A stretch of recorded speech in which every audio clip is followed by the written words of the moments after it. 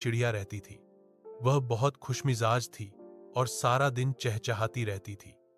एक दिन उसने एक बुलबुल को देखा जो बहुत उदास बैठा था।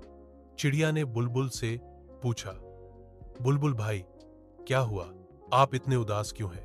बुलबुल ने कहा, मैं अपना घर खो बैठा हूं। एक तूफान आया था और मेरा घोंसला उड़ गया। चिड़िया को बुलबुल पर बहुत तरस आया। उसने कहा, आप फिक्र न करें, आप मेरे साथ रह सकते हैं। मेरा घोंसला छोटा है, लेकिन हम दोनों इसमें आराम से रह सकते हैं। बुलबुल चिड़िया की मेहरबानी से बहुत खुश हुआ। वे दोनों एक साथ रहने लगे और बहुत अच्छे दोस्त बन गए। चिड़िया और बुलबुल मिलकर गाते थे और सारा दिन खुश रहते थे। एक दिन चिड़िया ने बुलबुल से कहा, बुलबुल भाई, मुझे एक नया घोंसला बनाने में मदद करें। बुलबुल ने कहा, जरूर, हम दोनों मिलकर एक बहुत खूबसूरत घोंसला बनाएंगे। चिड़िया और बुलबुल ने मिलकर एक नया घोंसला बनाया। वह घोंसला बहुत बड़ा और मजबूत था।